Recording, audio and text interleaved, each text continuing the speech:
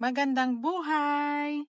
Craving satisfied. Ayan, Korean food. Nag-crave mga bata ng Korean food or Japanese food daw or Chinese food. Ayan, napadpad kami sa Korean food. Bakit nga ba pasok sa panlasa ng Pinoy ang Korean food? Kasi may kanin. Kanin is life. May inihaw siya. So, inihaw is life din sa mga Pilipino. Yan din laging nasa hapagkainan natin, inihaw. Almost similar lang sila.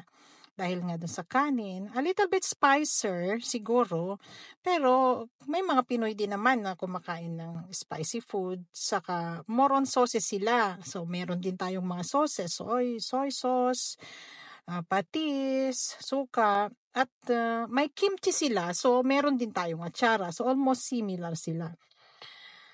Masasabi natin na naabot na natin ito dahil sa modernong panahon at dahil sa social media at dahil sa mga kadrama, 'di ba? Naging popular sila dahil sa kadrama. One more is nagiging adventurous tayo to try another culture, nagiging open-minded tayo sa mga taste buds natin, which is good sign kasi marami na tayong places na napupuntahan, marami nang nakakapag-travel, although hindi man in real life, marami nakakapag-travel of course in real life, pero yung iba naman hindi in real life, pero in social media, abot kaya lahat. Nakaka-explore tayo ng ibang pagkain at naipopromote din ang sariling atin. Yun dapat ang gawin natin actually, i-promote ang sariling atin. I-promote natin ang sarili nating produkto, ang sarili nating pagkain, ang sariling atin. So, wish ko lang actually, one of these days, aangat din lahat ang mga pagkaing Pinoy, makikilala din kung saan man sila at marami ding kakain nito.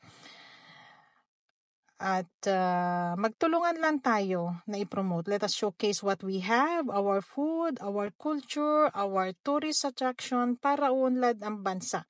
Kasi pag maraming tourist sa ating bansa at maraming mga businessman, lahat tayo uunlad din.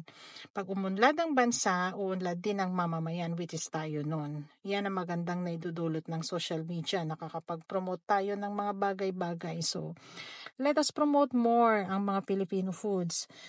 Actually, dito nga sa lugar na kung saan kami, marami din kumakain ng mga Filipino foods, yung mga restaurants, mga grocery especially, maraming pumapasok yan ng mga ibang lahi. Kilalang-kilala nila ang mga dingdong, ang mga pagkain Pinoy natin, mga banana chips, mga piyaya, ganyan. Yung pag umuwi nga kami, bakasyon, looking forward sila sa mga pagkain Pinoy dinadala namin. So, be proud po sa mga pagkain Pinoy at i-promote natin mga kakilala natin pag mga umuwi, magbabakasyon, magdala ng pagkain Pinoy at ipalasa sa ating mga ibang mga kaibigan, mga ibang lahi. Okay. Salamat po. Thank you sa pagstay at panonood ng aking short video. Long video pala. Sensya na. Okay, let's eat. Tikman natin ang Korean food. Salamat.